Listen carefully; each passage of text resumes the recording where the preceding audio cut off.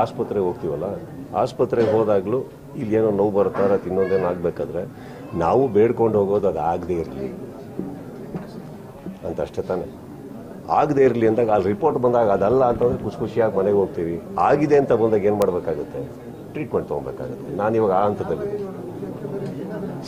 Justice ಬೇರೆ, friendship ಬೇರೆ, relationship ಬೇರೆ, ಇದೊಂದು ಬೇರೆ. ನಾನು ಇವತ್ತಿಂದ ಅಲ್ಲಪ್ಪ, ನಾನು ಯಾವತ್ತಿಂದ ಯಾರ ಬಗ್ಗೆ ಏನೇನು ಮಾತಾಡೋನಲ್ಲ, ನನಗೆ ಬೇಕಾಗಿಲ್ಲ. ಚಿತ್ರರಂಗದಲ್ಲಿ ಅಂದಾಗ ಈ ಚಿತ್ರರಂಗ ನಾನು ಸೇರ್ಪಡೆ ಆಗಿರೋದ್ರಿಂದ ಚಿತ್ರರಂಗದ ಮೇಲೆ ಒಂದು ಕಪ್ಪು ಚಿಕ್ಕೆ ಬರೋದು ನಮಗೂ ಇಂಟ್ರೆಸ್ಟ್ ಇಲ್ಲ, ನಮಗೆ ಇಷ್ಟ ಇಲ್ಲ. ಇಲ್ಲಿ ತುಂಬ ಜನ ಸೇರಿ ತ್ಯಾಗಗಳನ್ನ ಮಾಡಿ ದುಡ್ದಿದ್ದಕ್ಕೆ ಕನ್ನಡ ಚಿತ್ರರಂಗ ಇವತ್ತು ಬಂದು ನಿಂತಿದೆ. ಎಷ್ಟೋ ವರ್ಷಗಳ ಇತಿಹಾಸ ಇದೆ.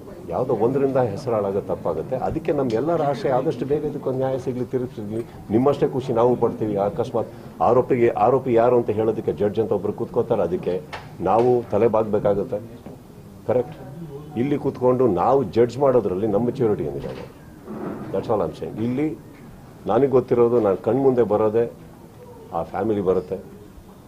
ಸೊ ಎಲ್ಲೋ ಒಂದು ಕಡೆ ನಮಗೆ ಗೊತ್ತಿರೋದು ಅದು ಯಾರೇ ಆಗಿರಲಿ, ಅದು 100% ಯಾರು ಇವಾಗ ಇವರೇ ಅವರೇ ಅಂತ ಹೇಳೋದಕ್ಕೆ ನೀವ್ಯಾರು ನಾವ್ಯಾರು ಸರ್? ಸರ್, ಇಡೀ ಕರ್ನಾಟಕ ಸುದೀಪ್ ಅವರನ್ನ ಅಭಿನಯ ಚಕ್ರವರ್ತಿ ಅಂತ ತುಂಬಾ ಪ್ರೀತಿಯಿಂದ ಗೌರವದಿಂದ ಕಾಣುತ್ತೆ.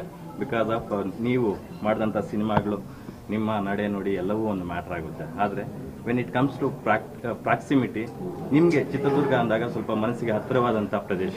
ನೀವು ಸಾಕಷ್ಟು ಸಾಮಾಜಿಕ ಕಾರ್ಯಗಳನ್ನು ಅಲ್ಲಿ ಮಾಡಿದ್ದೀರಾ. ಹಾಗಾಗಿ ಚಿತ್ರದುರ್ಗದ ಮೂಲದ ವ್ಯಕ್ತಿ ಒಬ್ಬರು ತೀರ್ಕೊಂಡಿದ್ದಾರೆ. ಸೊ ಅವ್ರ ಫ್ಯಾಮಿಲಿಗೆ ಏನು ಹೇಳ್ತೀರಾ? ಇದು ಆಕ್ಚುಲಿ ಸರ್ ಏನು ಹೇಳ್ತೀನಿ ಕೇಳಿ. ಇಲ್ಲಿ ಒಂದು ಜೀವ ಹುಟ್ಟಿತು ಇಲ್ಲ ಒಂದು ಜೀವ ಹೋಯ್ತು ಅಂದಾಗ ಇಂಥ ಊರಲ್ಲಿ ಹುಟ್ಟಿದ್ರೆ ಮಾತ್ರ ಅದನ್ನು ಜಾಸ್ತಿ ಸಂಭ್ರಮಿಸ್ತೀನಿ, ಇಲ್ಲ ಇಂಥ ಊರಲ್ಲಿ ಮಾತ್ರ ಹೋಯ್ತು ಅಂದ್ರೆ ಅದನ್ನು ಜಾಸ್ತಿ ದುಃಖ ವ್ಯಕ್ತಪಡಿಸ್ತೀನಿ ಅಂತ ಹೇಳೋಕ್ಕಾಗಲ್ಲ ಸರ್. ನಾನೊಬ್ಬ ಕನ್ನಡಿಗ ಅಷ್ಟೇ. ಕರ್ನಾಟಕದ ಮೂಲೆ ಮೂಲೆ ಮೂಲೆ ಮೂಲೆ ಭಾಗ ಅನ್ನೋದು ನಾನು ಸೇರ್ತೀನಿ, ಅವರು ನಮ್ಮವರಾಗ್ತಾರೆ. ಮೊನ್ನೆ ಅಷ್ಟೇ ಒಂದು ಊರಲ್ಲಿ ಹೋದಾಗ ನಾನು ಹೇಳಿದೆ, ಅವರು ತುಳುನಾಡು ಅನ್ಬೇಕಾದ್ರೆ ನಾನೇ ಪ್ರೀತಿಯಿಂದ ಹೇಳಿದ್ದು, ಅಲ್ಲ ಸರ್ ನಮ್ಮನ್ನು ಹೊರಗಡೆ ಮಾಡಿಬಿಟ್ರಲ್ಲ ಅಂದ್ಬಿಟ್ಟು.